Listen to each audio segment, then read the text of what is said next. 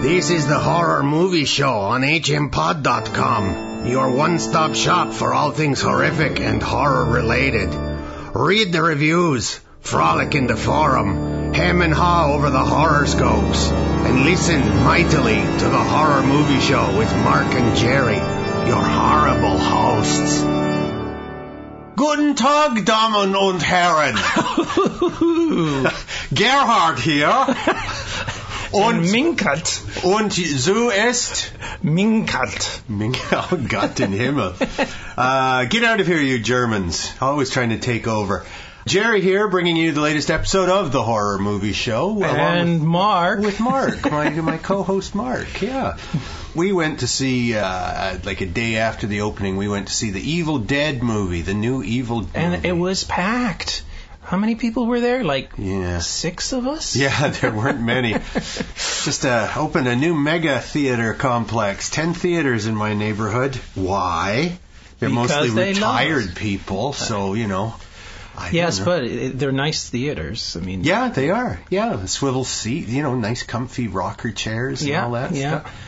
$5 for a small soda. It's pretty outrageous. Yeah, the last time we went there, we saw Oz, and we were the only one in the theater. Only once. Wow. 3D is. They should just turn it off when there's only a couple of people in the theater. Damn it, we paid for it.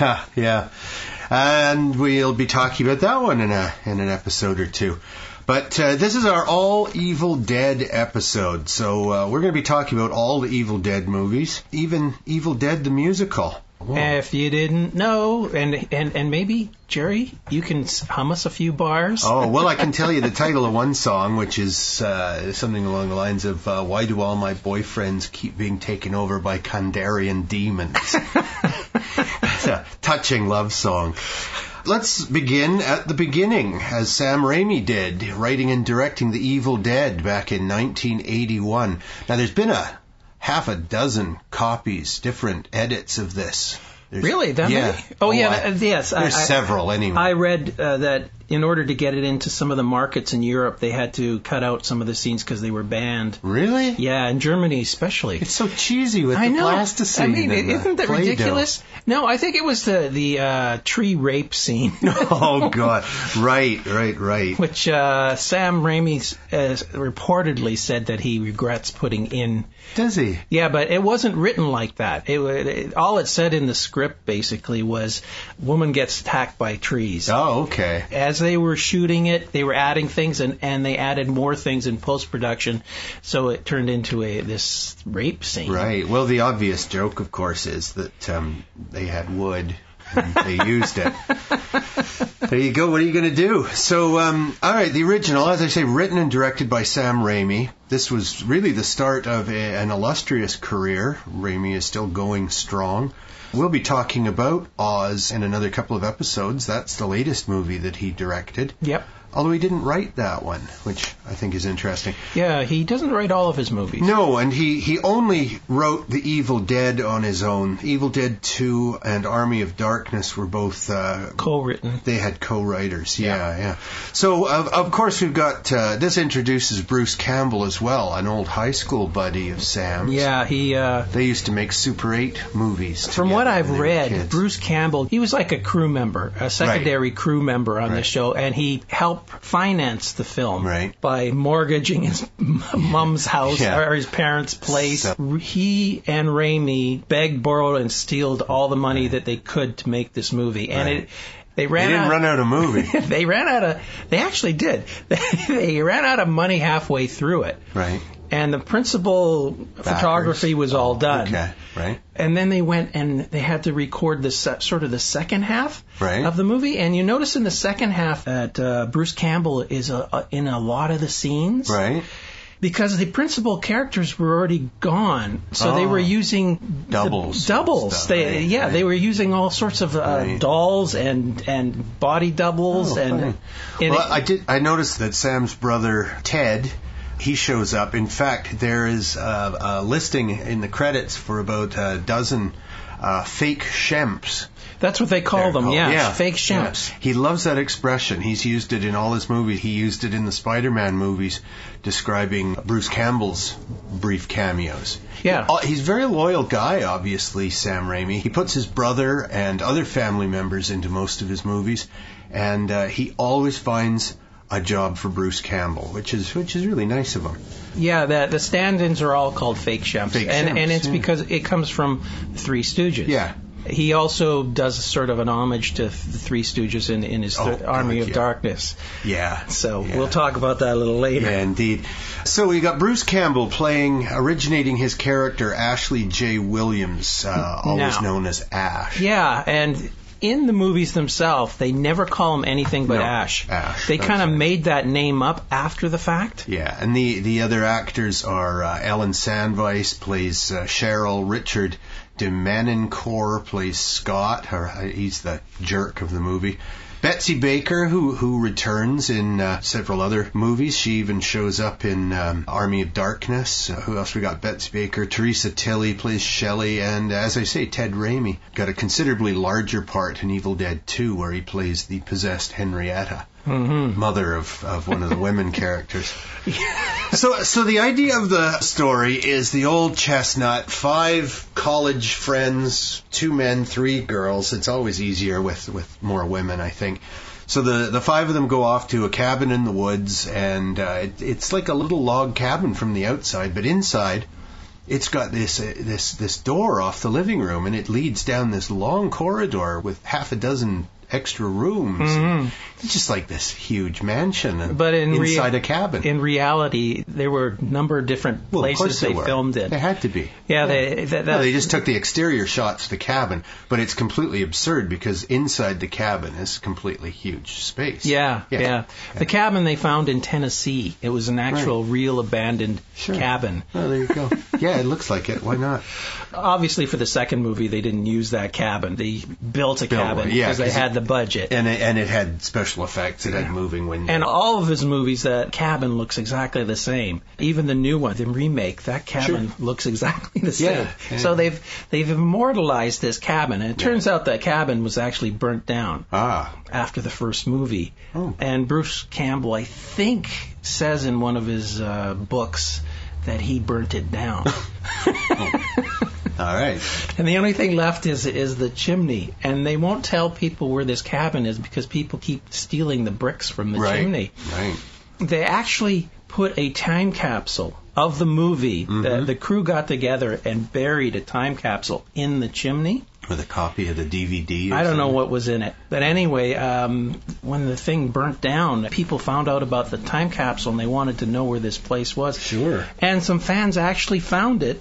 And they found the time capsule in the intact chimney. That was the only thing that was left. There you go. They were lucky they put it there. Mm-hmm. But I thought that was kind of cool. Same thing happened to the house my dad grew up in the interior of BC. And it was burned down for insurance money. And the only thing left standing is the old stone chimney that my grandpa built. Mm-hmm. So there we go. But it wasn't haunted, except with the memories of your past. Misspent youth, yeah. So the 5 of them go up to this cabin, and in this considerably enormous basement of this tiny cabin is a tape recorder and a creepy-looking old book. And, of course, they have to bring the tape recorder up and start playing it. And on it is this professor who has been researching the ruins of Kandar, wherever the hell that is, perhaps New Mexico or Arizona. And he's found the book, right? Yeah, the book is there as well, but they just by turning on the tape recorder, the old man has read an incantation which brings the dead back to life. Now, the fact that these demons are hanging around this cabin, just waiting, and they're already sort of active. They're already sort of creeping around, moaning and groaning. At the beginning of the movie, you see this shot of the camera kind of floating around through the forest and over ponds and things. So something's wandering around. Well, and of course, he read it before, and the demons were already active because his wife had been taken and he'd had to chop her into pieces. Yeah. So, but what's not explained is why they have to hear the incantation again if the demons are already around. Yeah. And in the first movie, we never do find out what happened to the professor. You know, he was forced to kill his wife, and it really bummed him out. Yeah, as these things often will. But there's no indication as to where this professor went. In the second movie, the professor's daughter arrives and gets to meet her possessed mom, right? Which is good fun. But again, the dad is gone, isn't he? Yeah. You never really meet him, no. In the remake, they don't even mention the guy, I don't think. Yeah, you hear his voice. They play a tape. Was there a tape in it? Oh wait, no, that's right. Yeah, no, one of the kids spells it out. Yeah. Anyway, it's not as funny as Evil Dead 2, which is an out-and-out comedy with some horror. The Evil Dead is pretty much a straight horror movie, Sam Raimi being a new filmmaker at that time. And you know who the editor was? No. One of the Coen brothers. Oh, that's right. Yeah, Joel Coen. Yeah, Joel Coen. And that's where they met. Raimi and Coen brothers. I didn't know they had anything to do with each other after that. Oh, yeah. They actually wrote his second movie. Oh, okay. Both the Coens? Yeah. Oh, yeah. So they had a friendship, and they actually, Bruce Campbell and Sam Raimi helped them produce their first movie. Blood Simple. Yeah. Right. They got the backing for it and all that stuff. Right. They helped them get it. A much better movie than the the Coen brothers kind of, I think, they started off behind him, but they went a lot faster. Oh, yes, yeah. And they're making films that could be considered art. Yeah. Sam Raimi's Spider-Man movies are good fun, but they're hardly works of art.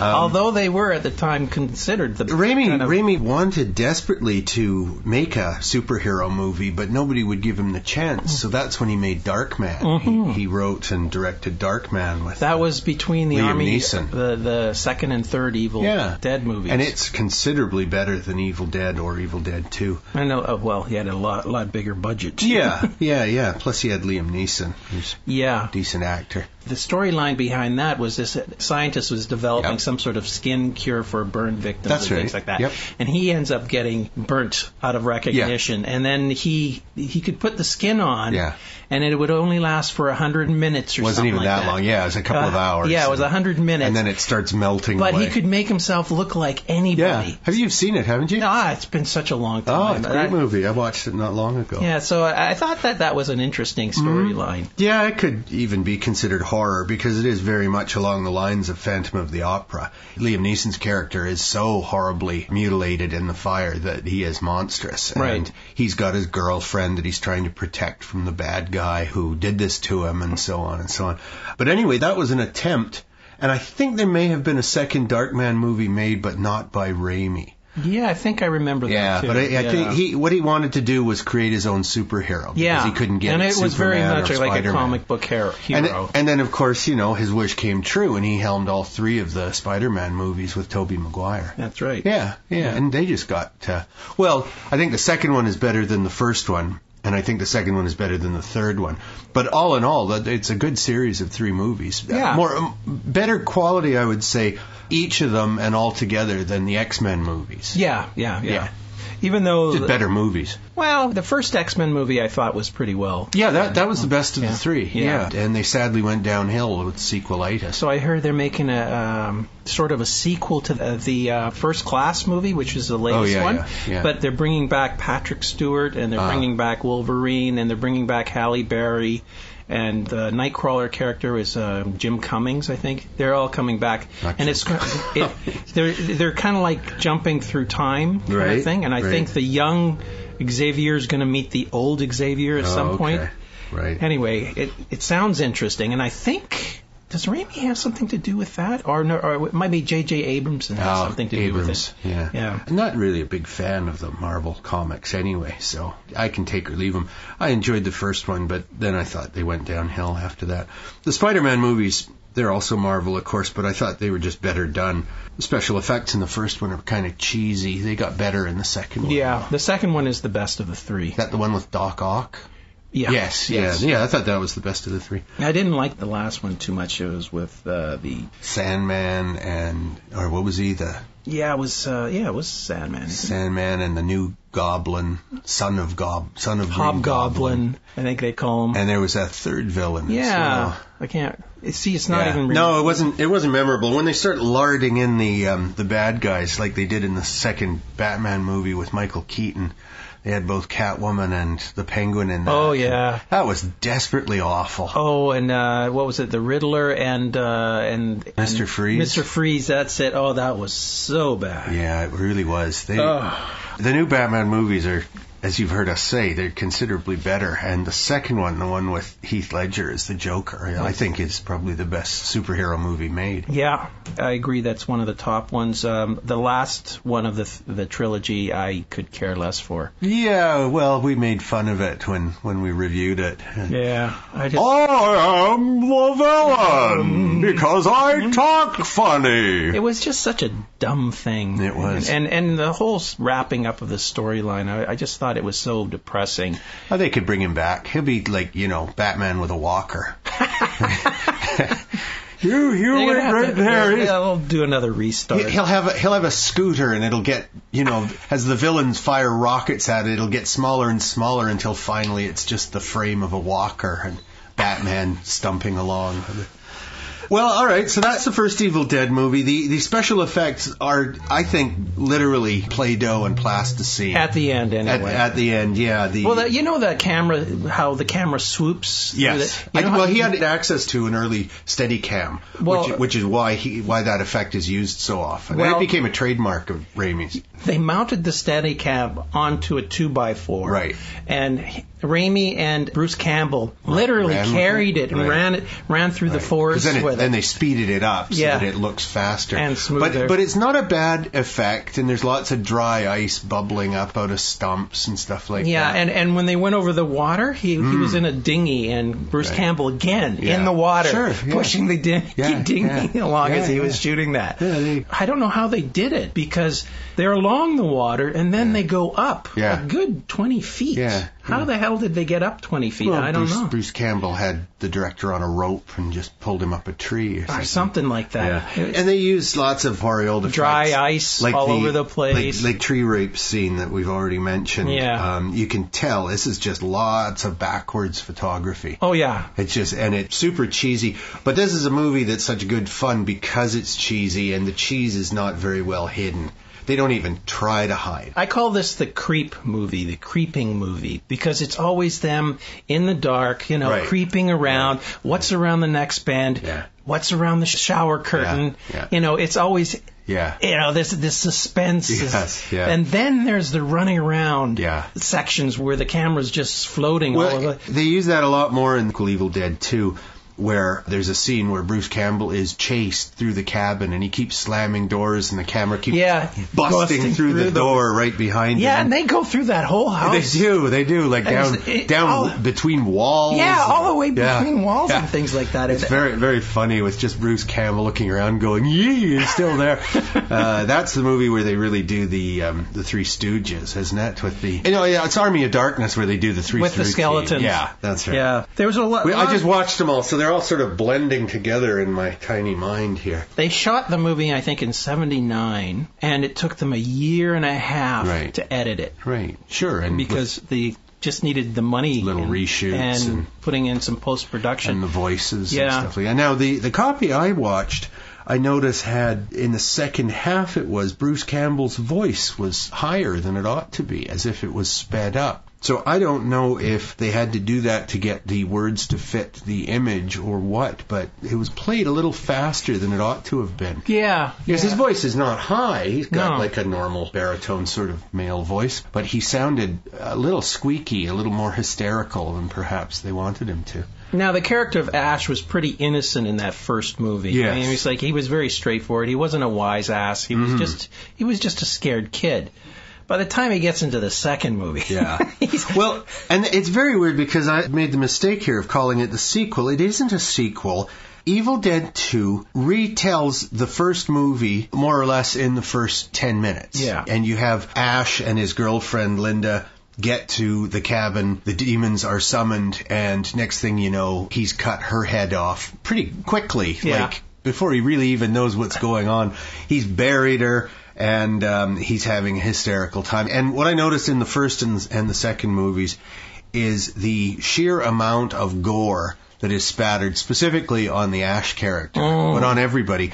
And there's only one scene in Evil Dead where Ash wipes his face off Other than that, the gore just sort of magically evaporates. Yeah. Did that several times. There's not good continuity in these movies. No. It's pretty cheesy. And I think the reason for that is the fact that they had to shoot it in a whole bunch of different time frames.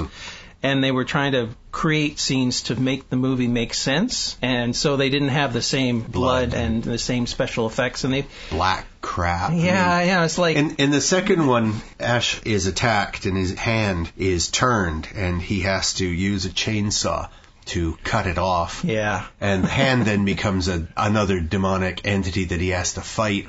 And at one point it gets into the wall and he's blasting away at it with his shotgun, and he hears it sort of, I don't know how it's making little squeaky moaning noises, but it is. It could rub its fingers together. Yeah, it's like a cricket. Yeah. So he thinks he's shot it, and there's a little trickle of blood, and then a fire hose of blood is turned on. I laughed when that happened. Just blasts him across the room, and then, as if that isn't disgusting enough, it suddenly changes to some filthy black ichor, and he's again washed away with this.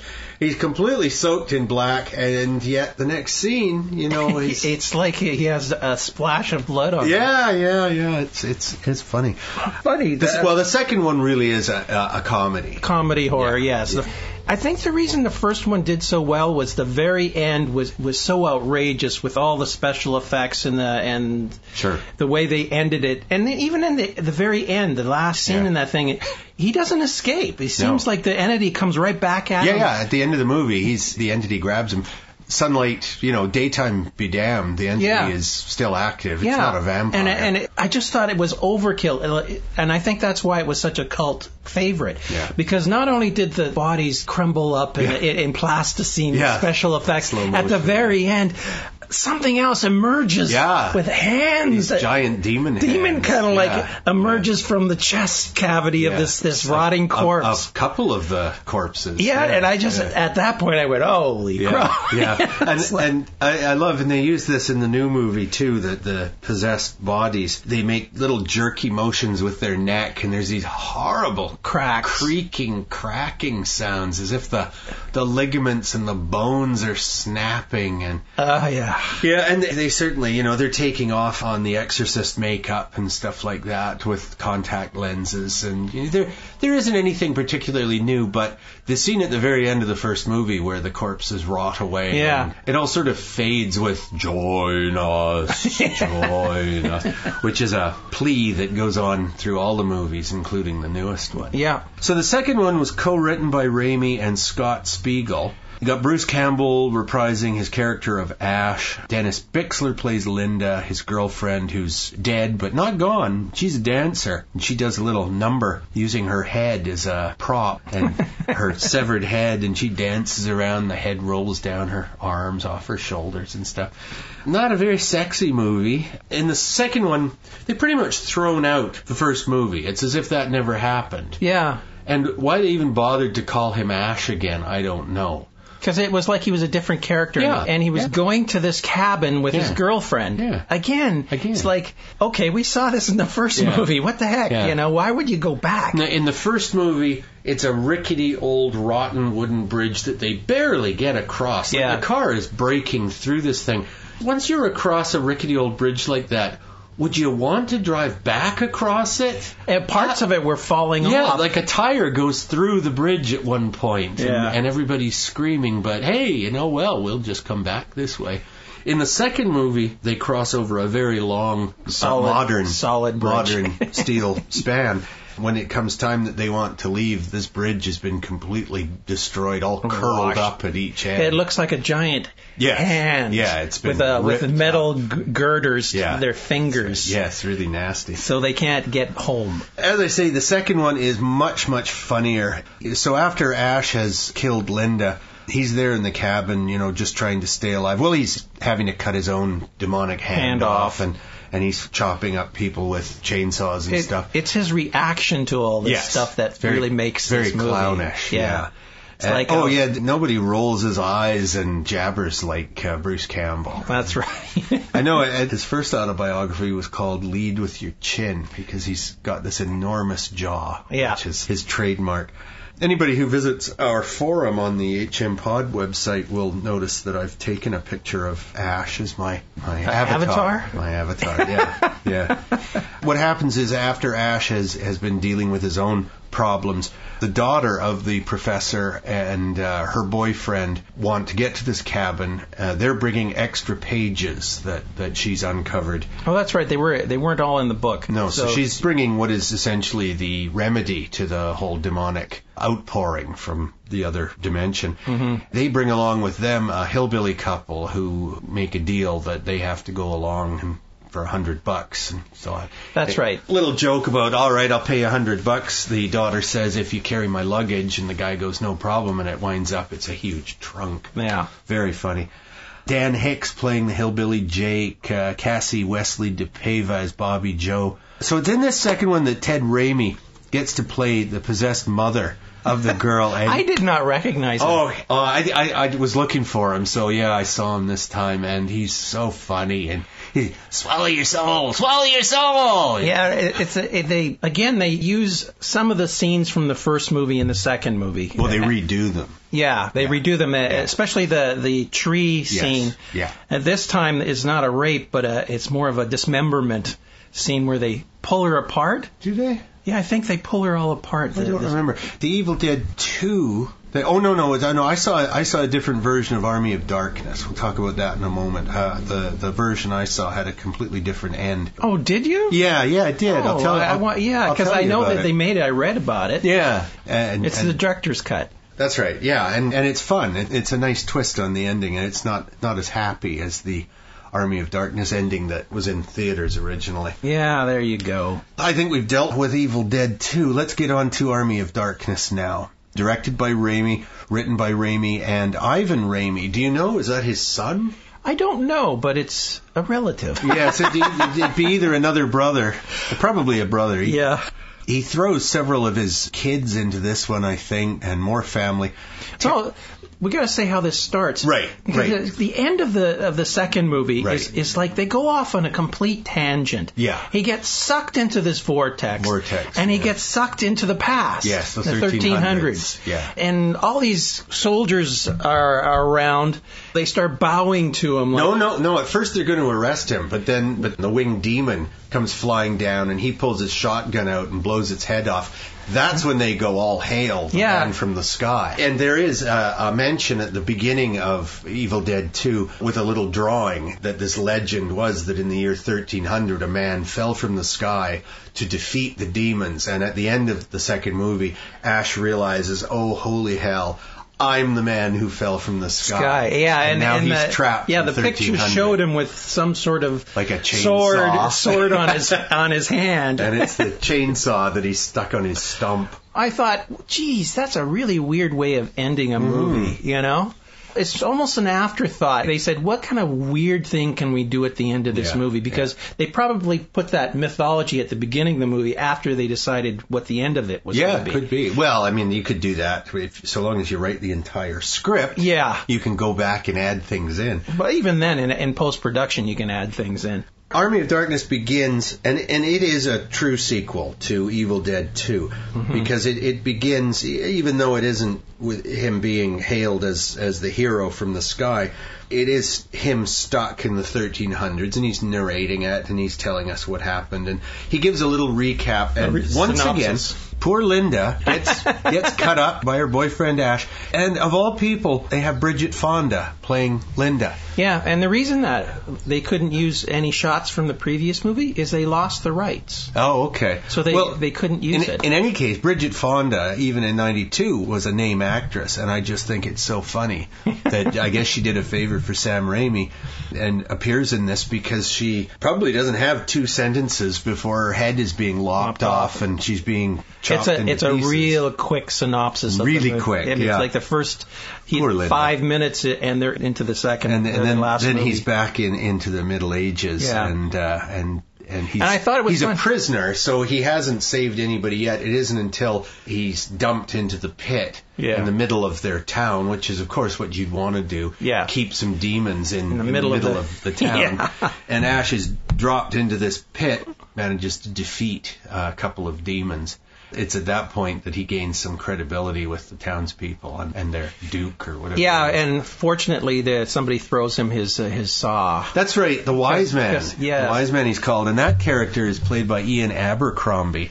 You remember him as Mr. Pitt, Elaine's boss on Seinfeld. He just died recently, which is too bad. He was the weirdo. Well, he's strange. Yeah, very strange fella. Strange English man. Yeah. Yes, he was big into grace. You can see that the budget on this is much bigger. It's $13 million.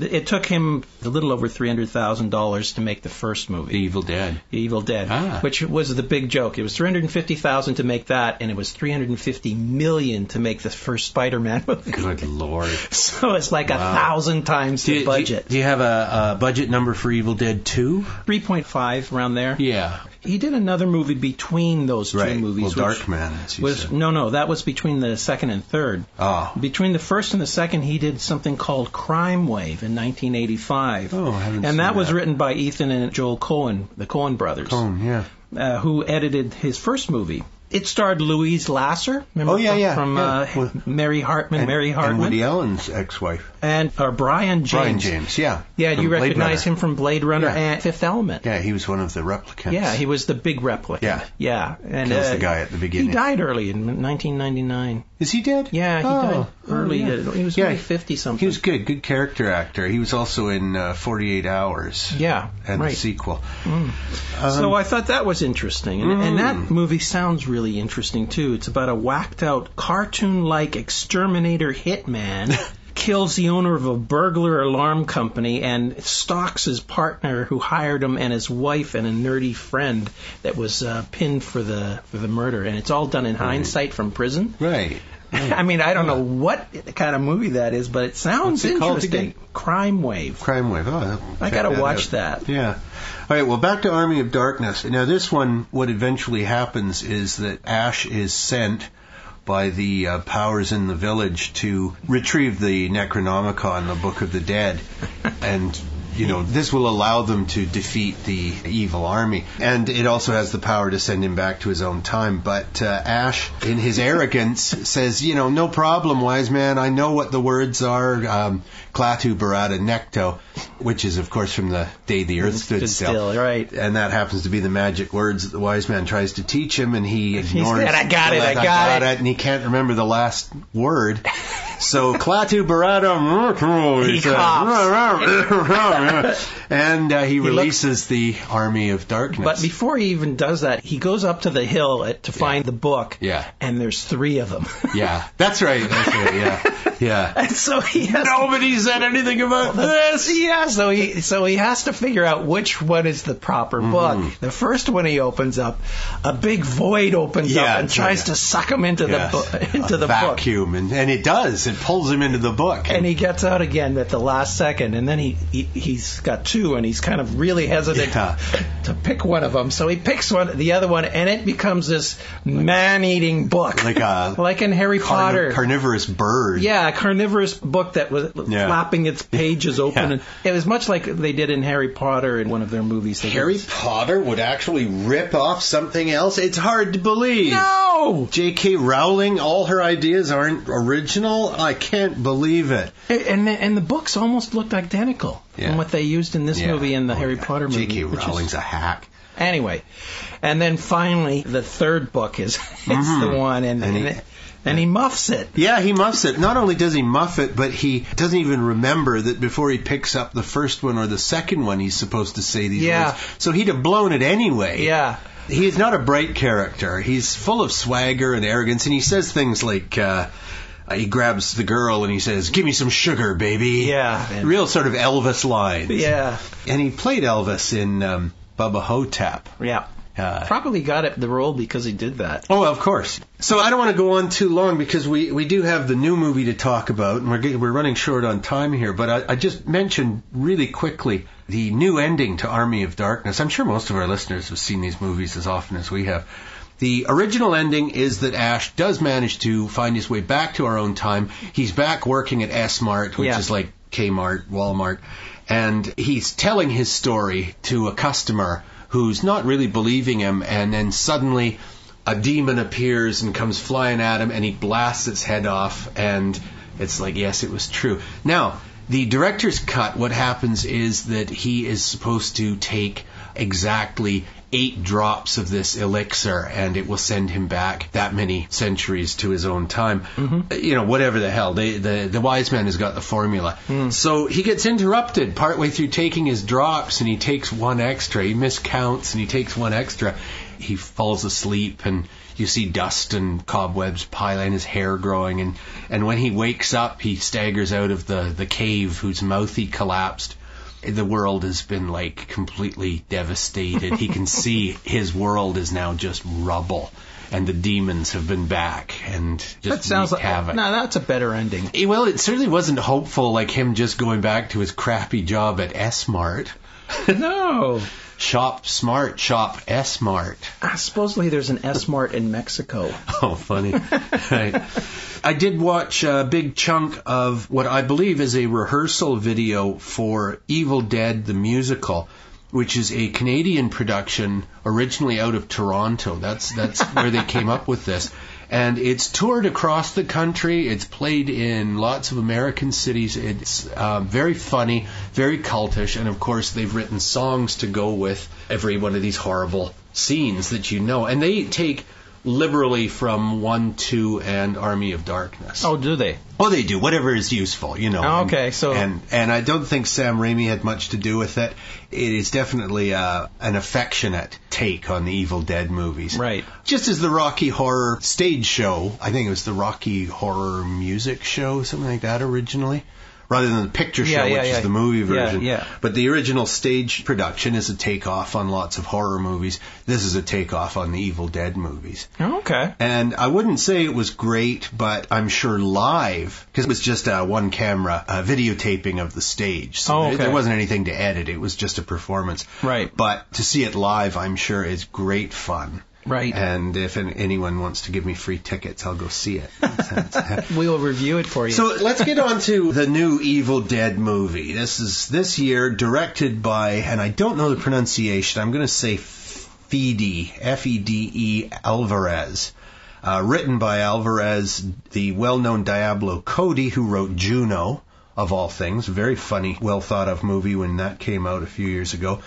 And here's another great name, Rodo Sayaguez.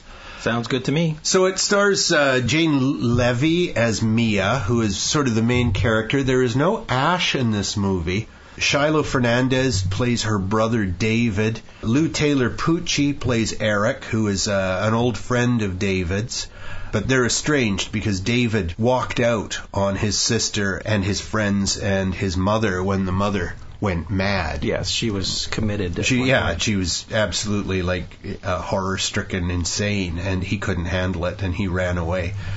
So he's back to help his sister Mia, who is, and I'm not even sure, was she on speed or was it smack? They call her a junkie, but that could apply to either. Yeah. I sort of get the idea that she was on. She's a drug addict, and she's trying to kick the habit. Again, cold turkey. Yeah. And they're all there in this awful cabin in the middle of nowhere to support her, because in the city when she tried to kick, it didn't work. Now, the other two main characters are the absolutely beautiful Jessica Lucas, playing Mia's friend Olivia, and Elizabeth Blackmore, who plays Natalie, who is David's girlfriend. So the Olivia character, Jessica Lucas, the actress that is, she's a Vancouver girl, so she's local. Oh, is she? Wasn't she beautiful? They're all beautiful. Oh, that's true. They were all pretty. The funniest character to me was the Eric character, who, even though it's set today, he's got this sort of shoulder-length, blunt-cut blonde hair and these 1970s aviator glasses. Yeah. And it's sort of, I guess, an homage to the original Evil Dead with its terrible, late 70s fashions. Yeah. But it was odd. And he's not quite a hipster. He's sort of snarky. And yeah. But he's smart enough to find out a way to read some of the Necronomicon. Yeah. And that's enough to bring these demons back. This movie starts with a ritual being held. That's right. In the basement of this old house, we find out. Yeah. The professor is going to sacrifice his daughter, who is possessed, just as his wife was possessed, her mother. And so, there's lots of family involved in this story before we meet the main characters. And there's a whole bunch of people in the basement. Yes, it's like a coven or something. Yeah, something like that. Anyway, and full of dead cats. Yeah, the place is full of hanged cats. It's like a bunch of witches got together and we're going to perform this ritual in that they're going to burn her at the stake, so to speak. They burn her and then they blow her head off with a shotgun. Yeah. And then we find out that this happened in the basement of this old house that belongs to this group of kids. Yeah. And the strange thing about it is, if they burnt that woman under there, wouldn't the whole cabin have gone up in smoke? Because you can see where they did it. Yeah, when the post is burned. Charred. Yeah. It's charred, and it would have lit up that whole thing like Well, I suppose the dead cats suppressed the flames or something. I don't know, but it's very weird. Pretty silly. Now, Bruce Campbell and Sam Raimi were among the various producers on this movie. There were 8 producers, 4 executive and 4 regular producers. So Campbell and Sam Raimi put up a bit of money, and I hope they made their money back. I have to say, my honest opinion was I didn't think it was as good as Evil Dead 2. Well, it's not a comedy, for one thing. No, it's very dry, I thought. Yeah. It had plenty of opportunity, especially with that slacker blonde character. Yeah. He should have been the funny character, but he's not. I liked this movie. Yeah, I know you liked it more than I did. I liked it because it was a good remake of the first movie, not the second movie. It took more of its source from the first movie. Yep. Well, but it's got the hand cutting off scene and the chainsaw. Everybody borrowed from both of them. It did borrow from both of them. They didn't mount the chainsaw onto her hand. No, it didn't get that silly. No, it never got to that point. But it kept getting grislier and grislier as it was going. Yeah. Now, Great special effects. And I liked the fact that it was a little more clear on what these demons were and who they were. Right. And when they possessed the different people, you understood a little bit more of what was going on. And each demon has got its own thing that it has to do. Like the one that possesses the pretty Olivia starts slicing her own face off. Yeah. Not entirely sure why the demon would want to do that, but there goes Olivia's good luck. Pretty thoroughly. There is disgusting scenes throughout the whole thing. Yeah, it is. It's very disgusting. If you're a fan of gore, and not mindless, I don't think it's mindless gore. No, it's better. It's better than that. But it is very, very well done. You swear that she's cutting off her arm. Well, you swear that she's peeling back her face. People are cutting their arms off left, right, and center. Well, as I said on the posting for this show is full of spoilers. So there's a scene near the end where Mia, the central character, gets her arm trapped under a Jeep. And she just basically pulls on it and it breaks away. Yeah. As if she's an insect or a crab. Yeah. She had a little trouble with it. Well, but when she's motivated, she can just yank her arm off. Yeah, but not as much as, across. And not enough bone crunching as far as I'm concerned. And then I did like the fact when it started to rain blood. Yes. That was cool. But the thing is, with all these demons, you would expect each demon to be more powerful than the next. Well, and they're supposed to be. This is because the early demons lead the way for a mega demon, and the mega demon opens the way for the biggest demon of them all. Yeah. And the biggest demon of them all winds up being a mirror image of Mia. She's basically able to just punch herself out. It's not that tough a demon. definitely the way is wide open for a sequel. That the cabin burns down, but the book is impervious to flames. We learn that early on when the blonde doofus tries to burn it, and it just isn't touched at all by flames. They did use a few of the camera techniques that Raimi used. Yes, definitely. Especially with running through. Yep, going from room to room. And here's something that is in the first, the second, and the reboot of the Evil Dead franchise. The women go into these bedrooms and they're getting undressed, or they're, putting their makeup on, whatever the hell they're doing. And the windows are like composed of thin panes of glass and little sticks of wood, and the demons just come barging in on them. Each movie, there's a scene where they're terrified. They know there's demons out there. What the hell are we going to do? Excuse me, I'm going to go put on my nightie. And off into a bedroom she goes by herself, and the window might as well be wide open. I found the first movie, the original, a lot of silly things like that. People leaving the room when there's murder afoot, It's like... You'd think everyone would cling together in those circumstances. And not necessarily go off to take a nap. Yeah. It's like, what the heck? Yeah. In the remake, a lot of this is excused because, Mia, who is the first to become possessed, well, she's going through cold turkey. That's right. She's got her problems. But there's a nice scene where the David character, the brother of Mia, says, well, come on, we just have to hang on. It'll be daylight soon, and, things are bound to get better. And blonde doofus says, I don't know if you've noticed, but actually things are getting worse. They just keep getting worse and worse. Never a truer word was spoken in a horror movie. I also like the fact he has one other good line, and that's, I don't want to be the devil's bitch. Yeah, that's right. Yeah. And what does he wind up being? He becomes the second most powerful demon. Yeah. And he never says anything. He just sort of glares balefully at his friend David as he tries to destroy him. Yeah. And you think, it's nicely done that you think David is the main character. Yeah. But in fact, it is the junkie who winds up being, you can't really call her the hero because she doesn't save anybody except herself. And the fact that when you become a demon and you're exorcised, all of a sudden your body is healed. Yeah. All these terrible mutations happen to you, but then suddenly you're fine. Yeah. That was one of the cheap things that It's Mia who's locked in the basement, right? Yeah. And she keeps, banging on the lid of the trap door, which is a big part of Evil Dead and Evil Dead 2. Yeah. They bring it back. Now, the difference is that the first movie is called The Evil Dead. The remake is just called Evil Dead. Right. So that's how you can tell them apart. Plus, they're made in different years. That's right. Yeah. I liked it. I thought that it was a good reproduction of the first movie. It was what the first movie should have been. Well, like Sam Raimi if they had the budget and a time machine. Yeah. But it was really well done. As far as I'm concerned, it's well worth seeing. If you haven't seen the Sam Raimi one, this one is a decent one to go see. Yeah, I think perhaps having seen the first two movies before I saw this one maybe made me a little jaded because I was so... Oh, they've done that. Oh, they've done that. Yeah. But a new audience, a new generation of That's why they made it, actually. Oh, sure. As I say, it's a reboot. It's not a remake so much as they're trying to restart, as they've done, yet again with Spider-Man and many, many other movies.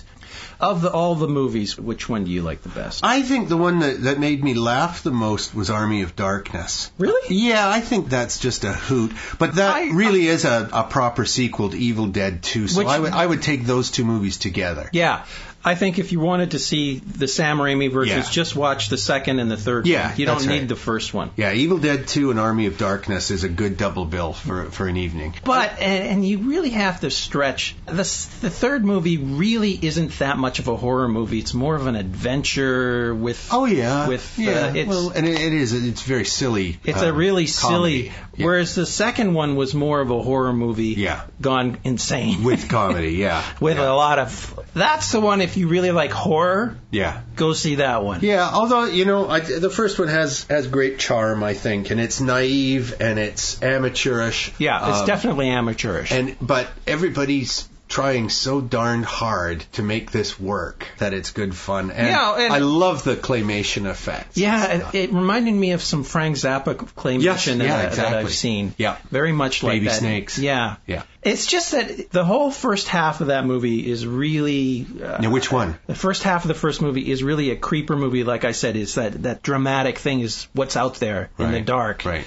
And then the second... Well, and of course, that's easier than showing the demon because it's cheaper. And the second half, when he starts putting all the special effects in, then it goes nuts. Yeah, and it's pretty frantic. They all tear along at a good pace. That's something I'll say for Sam Raimi. He knows how to move the action along. And as well as the remake, the last movie. Yep, the newest one. It was really well paced out. Barrels right along. And you don't really... It's short. It's only 90 minutes long.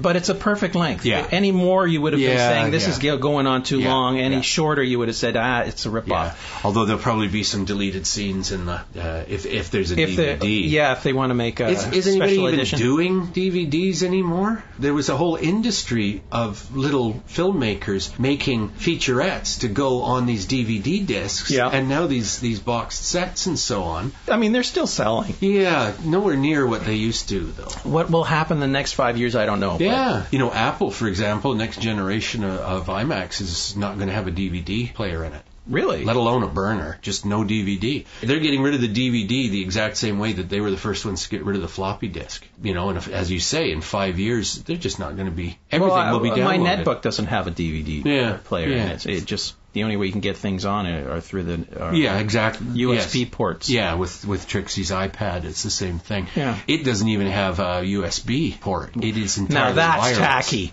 Well, it's difficult. We're getting more and more used to it, of course. Everybody is. But anyway, I think we're going to wrap it up, folks. We're going to be back next week to talk about Season 3 of The Walking Dead. And just like this episode, I warn you, we will be talking right out loud, giving everything away. So, spoiler alert. If you haven't seen it by then, that's right. You don't deserve any that's mercy. Right. You got to know that we give things away all the time. Yeah.